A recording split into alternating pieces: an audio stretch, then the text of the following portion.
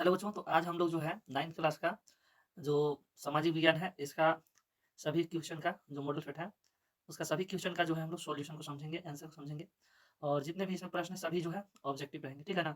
तो एग्जाम की दृष्टि से बहुत इंपॉर्टेंट है क्योंकि प्रश्न जो है एग्जाम इसी तरह के आएंगे, ठीक है? तो नीचे साइड में देखिए सामान्य निर्देश दिया गया है कुछ, जिसे आप लोग पीछे वीडियो में बता चुके हैं। चलिए आगे हम लोग प्रश्न की ओर बढ़ते हैं।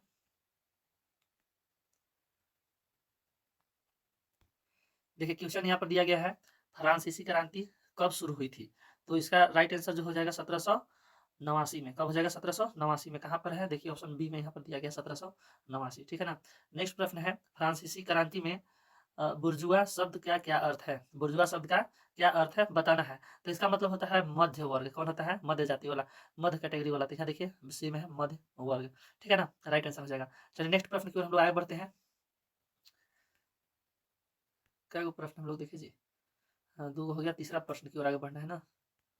तीसरा यहाँ देखिए, तीसरा में कट्टरपंथी जैकोबिन्स ने किस राजनीतिक क्लब की स्थापना की थी? कट्टरपंथी जैकोबिन्स ने किस राजनीतिक क्लब का स्थापना की थी, ये हम लोग को बताना है। तो देखिए इसको जैकोबिन्स जो था वो जैकोबिन्स जो पार्टी था राजनीति का उसी का स्थापना किया था, ठीक है ना? तो यहाँ पर देखिए डी नंबर में दिया गया है जैकोबिन्स, ठीक है।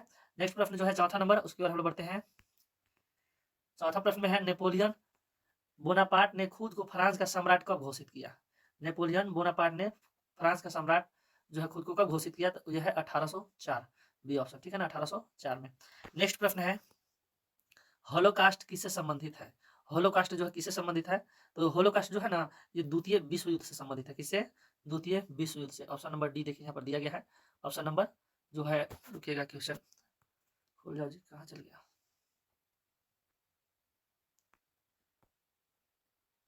चलिए ऑप्शन नंबर कहाँ गया क्वेश्चन जी? पांचवा था ना, ठीक। द्वितीय विश्व युद्ध से संबंधित है। नेक्स्ट प्रश्न है, भारत की सबसे बड़ी नदी कौन सी है? तो भारत की जो सबसे बड़ी नदी है वो है गंगा नदी, ए में है, ठीक है ना? नेक्स्ट प्रश्न 7 नंबर है ना, दिया गया है कि भारत के अक्षांशीय सीमा कितनी है? अक्षांशीय सीमा भारत की जो है कितनी है, ये हम लोग को बताना है इसमें। तो देखिए भारत की जो अक्षांशीय सीमा है 8 डिग्री 4 मिनट एन से लेकर के 37 डिग्री 6 मिनट एन तक, ठीक है ना? ये जो है भारत के अक्षांशीय सीमा है। नेक्स्ट प्रश्न है, भारत की सबसे उत्तरी पर्वत श्रृंखला कौन है? भारत की सबसे उत्तरी पर्वत श्रृंखला कौन है? तो देखिए हिमालय है। कौन है? हिमालय, सी वाला ऑप्शन, ठीक है ना? नेक्स्ट प्रश्न की ओर हम लोग आगे बढ़ते हैं।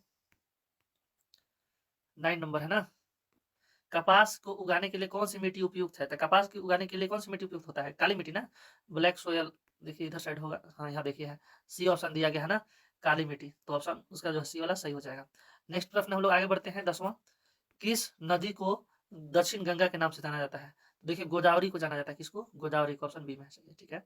नेक्स्ट प्रश्न है, लोकतंत्र की मुख्य विशेषता क्या है? तो लोकतंत्र की मुख्य विशेषता जो है इसमें लोगों द्वारा शासन व्यवस्था होता है, ठीक है ना? लोग द्वारा चुना जाता है शासन व्यवस्था को। तो यहाँ देखिए ऑप्शन नंबर सी में है जो सही है, लोगों द्वारा शासन। नेक्स्ट प्रश्न हम लोग आगे देखते हैं, 12वां, ऐसी प्रणाली के लिए क्या शब्द इस्तेमाल किया जाता है जहाँ लोग अपने प्रतिनिधियों को चुनाव करते हैं? देखिए जहाँ लोग अपने प्रतिनिधि का खुद से चुनाव करते हैं उसे लोकतंत्र कहते हैं। क्या कहते हैं? लोकतंत्र। देखिए ऑप्शन बी में यहाँ पर दिया गया है, ठीक है। नेक्स्ट प्रश्न है, कौन सा देश प्रत्यक्ष लोकतांत्रिक का उदाहरण है? ठीक है ना, कौन सा देश जो है प्रत्यक्ष लोकतांत्रिक का उदाहरण है, बताना है हम लोग को। चलिए नेक्स्ट इसका ऑप्शन देख लेते हैं क्या क्या है। तो इसका ऑप्शन देखिए यहाँ पर दिया गया है, यूएस है, चीन है, भारत है, स्विट्जरलैंड है। तो देखिए स्विट्जरलैंड हो जाएगा, ठीक है ना? नेक्स्ट प्रश्न है 14वां, दिया गया है, कौन करने गया, हाँ, भारतीय संविधान को कब अपनाया गया? भारतीय संविधान को कब अपनाया गया? तो भारतीय संविधान को देखिए 26 जनवरी 1950 को लागू किया गया था। 26 जनवरी 1950 को क्या किया गया था? लागू किया गया था। और 26 नवंबर 1949 ईस्वी को अपनाया गया था, ठीक है ना? तो अपनाने की बात कही गई है यहाँ पर, तो राइट आंसर जो हो जाएगा हम लोग के 26 नवंबर 1949, ठीक है। नेक्स्ट क्वेश्चन की ओर हम लोग आगे बढ़ते हैं, 15वां है ना, दिया गया है कि भारतीय संविधान का निर्माता किसे माना जाता है? तो भारतीय संविधान के निर्माता बी आर अम्बेडकर जी को माना जाता है, ठीक है।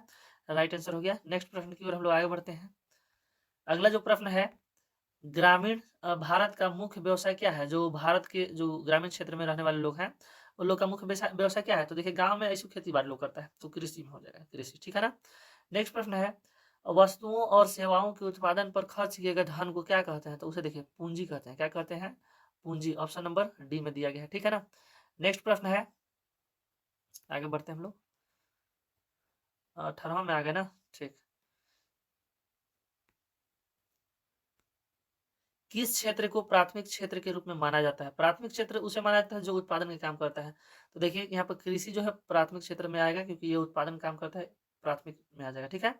नेक्स्ट प्रश्न है, जनगणना 2011 के अनुसार भारत की साक्षरता दर क्या है? जनगणना 2011 के अनुसार जो भारत की साक्षरता दर है जो है 74.04%। तो ऑप्शन नंबर ए में देखिए यहाँ दिया गया है, जो 74.04%, ये वाला राइट हो जाएगा, ठीक है। नेक्स्ट प्रश्न की ओर हम लोग आगे बढ़ते हैं, 20वां। भारत में बेरोजगारी पर डेटा कौन सा संगठन एकत्र करता है?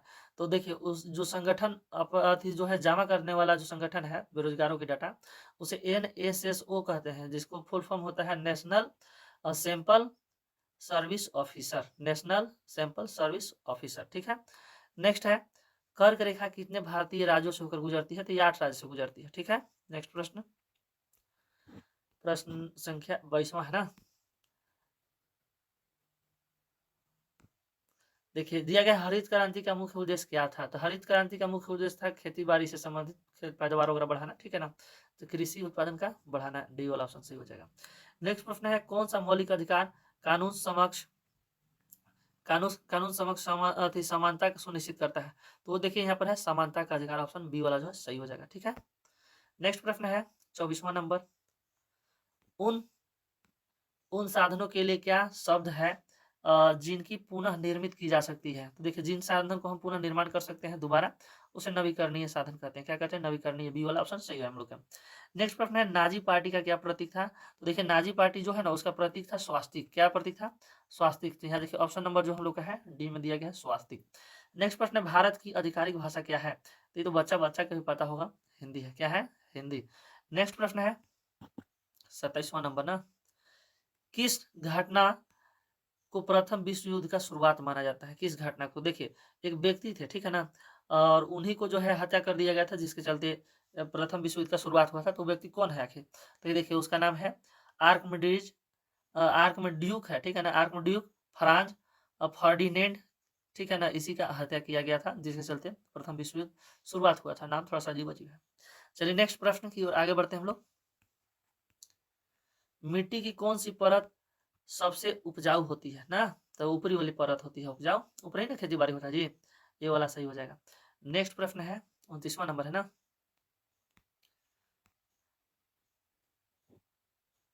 भारत में कानून के कार्यान्वयन के लिए कौन जिम्मेवार है? भारत में कानून के कार्यान्वयन के लिए कौन जिम्मेवार है? तो वो जो है उसके लिए जिम्मेवार है कार्यपालिका। कौन है? कार्यपालिका, एग्जीक्यूटिव भी इसको कहते हैं। नेक्स्ट है प्रश्न, ग्रामीण क्षेत्रों में ऊर्जा का प्राथमिक स्रोत क्या है? तो देखिए ग्रामीण क्षेत्र में ऊर्जा का प्राथमिक स्रोत जो है ना, यह है बायोमास। क्या है? बायोमास, सी वाला ऑप्शन सही हो जाएगा। नेक्स्ट है वॉल स्ट्रीट एक्सचेंज क्या है? तो वॉल स्ट्रीट एक्सचेंज जो है ना, ये जो है एक मनी एक्सचेंज करने का जो है संगठन है, और ये जो है स्थित है अमेरिका में। कहाँ पर? अमेरिका में, ठीक है ना। इसमें स्टॉक वगैरह बेचा उचा जाता है, ठीक है ना। तो ये है अमेरिका में। नेक्स्ट प्रश्न है, संयुक्त राज्य अमेरिका संयुक्त राज्य अमेरिका में श्वेत वासियों द्वारा की जाने वाली खेती विधि अपनाई गई थी। मतलब किस विधि से जो है संयुक्त राष्ट्र अमेरिका में श्वेत वासी जो खेती करते थे, किस विधि से, कौन सी विधि से अपनाते थे? तो वो स्थानांतरित खेती करते थे, यहाँ वहाँ, ठीक है ना। स्थानांतरित खेती, इसको शिफ्टिंग कल्टीवेशन भी कहते हैं। नेक्स्ट प्रश्न है, गर्मियों में उत्तरी मैदान में बहने वाली हवा को क्या कहते हैं? तो उसे कहते हैं लू। क्या कहा जाता है? लू, ठीक है ना। नेक्स्ट प्रश्न है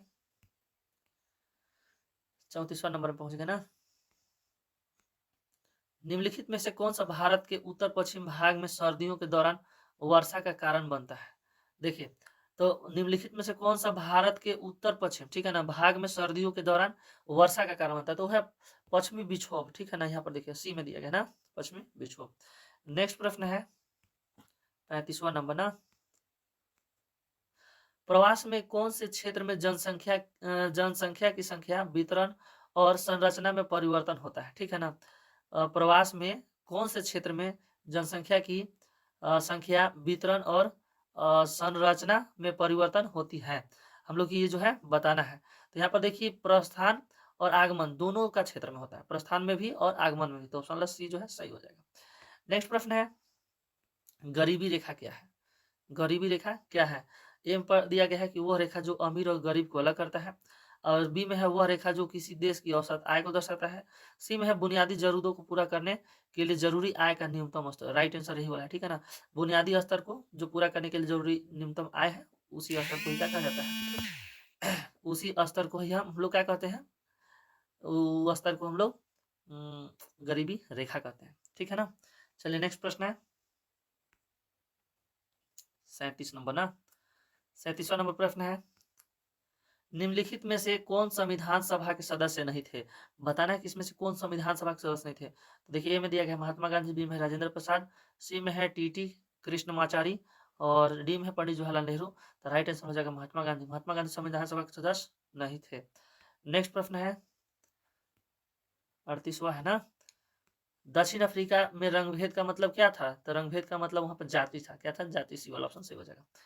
नेक्स्ट प्रश्न है, भारतीय संविधान कब लागू किया गया? देखिए अभी जस्ट इससे रिलेटेड क्वेश्चन बताए थे ऊपर में कि भारतीय संविधान को कब अपनाया गया, और यहाँ पर देखिए लागू किया गया दिया गया है। तो इसका ऑप्शन जो है 26 जनवरी 1950 जो हो जाए सही वाला, ठीक है ना। इस दिन लागू कर दिया गया था। और 26 नवंबर 1950 को क्या किया गया था?